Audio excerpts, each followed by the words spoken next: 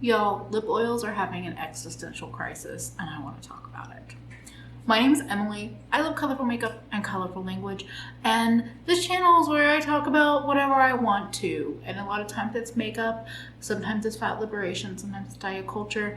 Here's my thing though. I have a fascination in marketing, in social media, in the kind of like psychology behind selling, and I also love makeup. And today I want to talk about lip oils. If you're not yet subscribed and you like colorful makeup, you like bitches with lots of opinions, or you just like cute fat babes, I would love for you to subscribe. And thanks to my patrons. Y'all are why I'm still around, why I'm still doing this stuff, and I appreciate you, and I appreciate anybody that might feel inspired to join my Patreon or YouTube membership. So lip oils. Lip oils are having a moment, but they are also having a bit of an existential crisis. And I thought it might be interesting to kind of break down some of the things I've been noticing.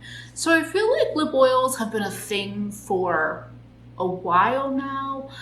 I think my first exposure or experience was the Clarins lip oil, which I think is still fairly popular. My experience with that product was that it was very plush, very luscious, but I would have just called it a really, really good lip gloss, lip balm kind of product. I know it's called a lip oil, but my sensory experience was not at all oily. So that was like my first introduction. I think I also had tried the YSL lip oils, which I could not deal with because of the floral fragrance. The fragrance was enough to like kind of tear me up in a way. I tried the Kopari lip oil balm thing they have, which very much felt like liquid oil that you were applying to your lips. And all of a sudden, over the last couple of years, from like there being, some lip oils here and there, all of a sudden there's this boom. And I feel like every company is jumping on that lip oil product trend. And I don't know if it was Dior's lip oil that kind of kicked it off, or who exactly or where exactly it came from. But Haus Labs has one out. Lunar Beauty has launched lip oil, although their gloss to me was very much a oily liquid situation. I would have called the gloss formula a lip oil.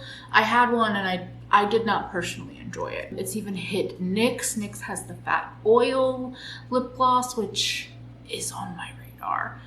So all of a sudden I noticed like, oh, this is trending. And I feel like that Haus Labs oil was like the moment. Like that felt like the tipping point. And once that kind of hit with the Haus Labs Sephora relaunch, I felt like, oh, this is a trend and this is happening.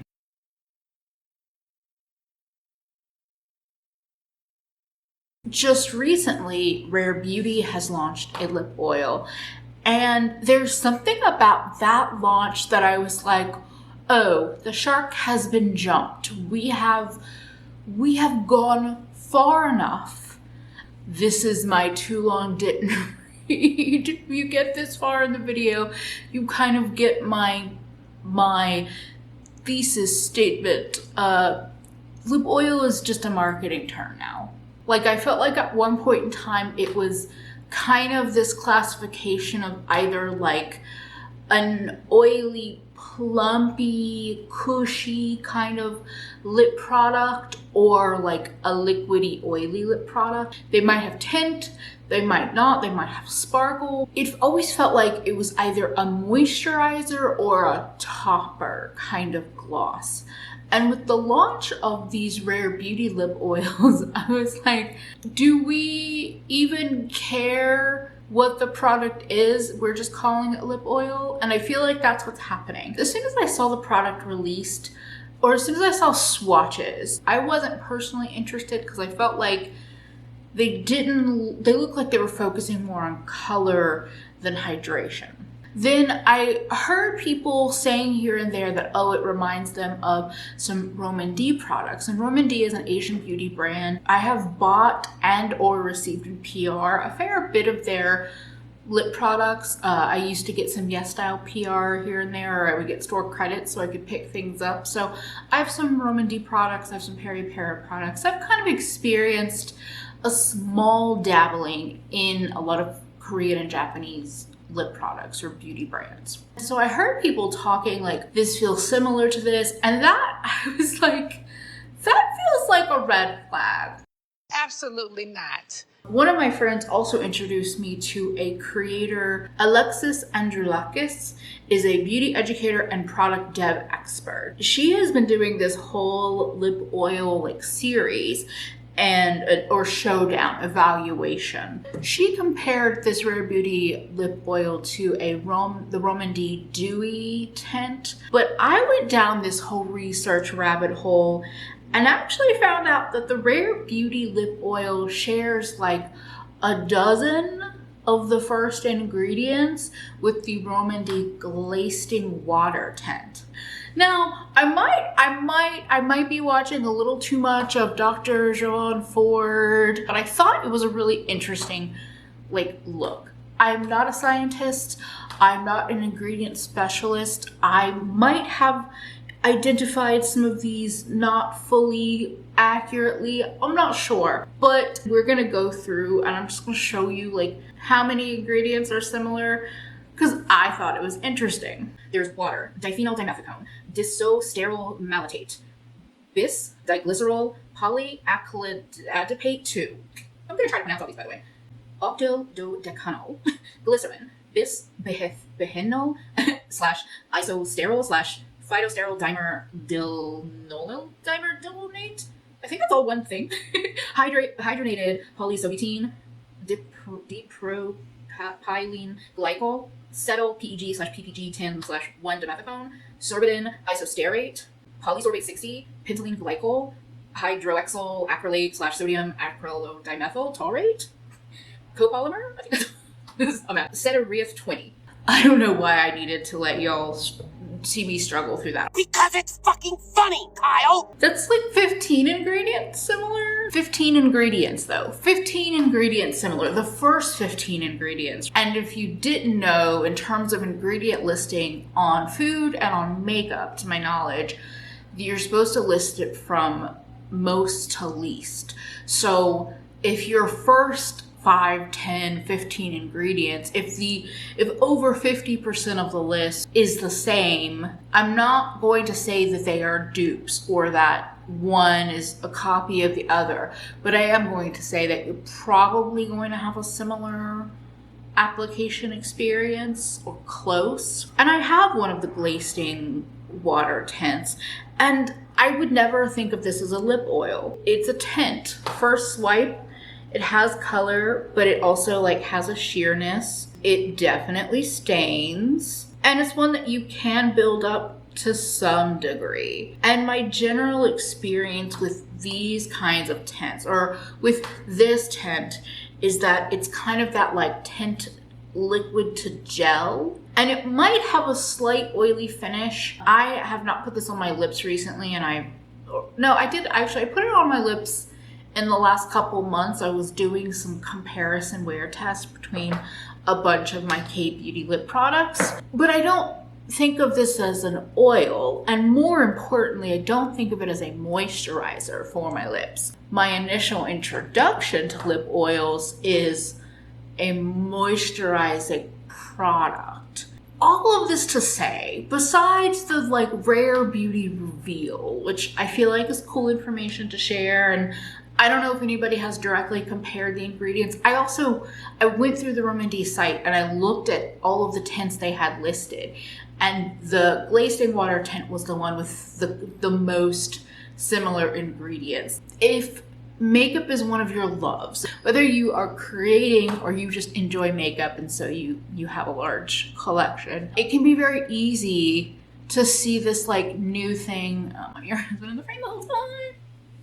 Sorry. Actually, I want to say, this has been on my hand a little bit. And like on that thin part, when I do like spread it out, it does feel a little oily. I think that when you layer it up a little more, which is usually how I would apply a color product like this, it does feel a little bit more gel-like. It still has an oily finish, so I'm gonna give it that. This isn't like a gotcha moment for Rare or for any brand. It's more of just like a little nerd out moment that I wanted to talk about. For me, these kind of lip tints are not a me product. If I want that kind of like sheer layer of color, I have other products that do it easier than applying a lip tint does. And when I layer them up to get the more impactful color that I'm usually looking for, a lot of times it's very like slippy, moves around. So my experience is more of a negative one, but like this little comparison, this little example, I'm like,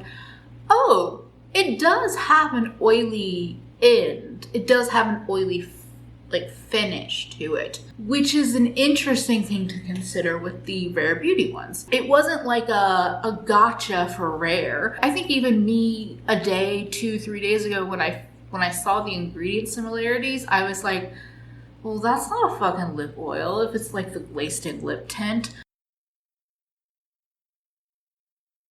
Me owning a fucking Glazed lip tint, proving myself wrong a couple days later.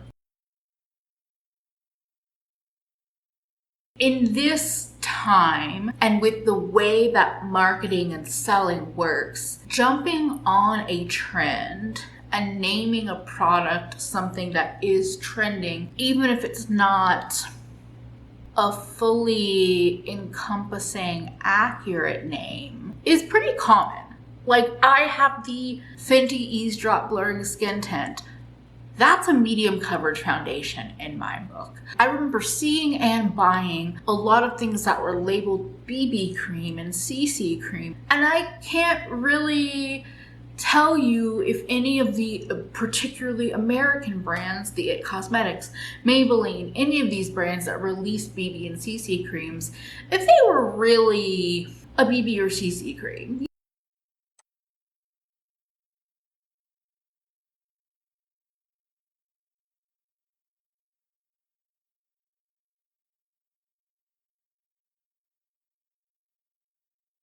And so I think it's a good reminder that there are trends. There are forecasted beauty industry trends, and this happens in other industries too. There are forecasted trends that brands know about and will hop on, and they will name their products to fit the trends, whether or not the product actually fits the description. While words mean things, in the business and marketing world, a lot of times they don't mean what they have their own meanings. Even if you don't necessarily know if you like it, if something starts trending and it's in a world that you're into, that you're excited about, you love makeup, maybe you specifically love lip products, that's your thing, and you try one thing and it's a lip oil and you're like, this is amazing. It makes you want to like perhaps catch them all and get all of the lip oil products and compare and contrast and see what you like the best. But I think it's a good reminder that just because it has a certain name doesn't mean it's going to perform the way that other things in that name perform.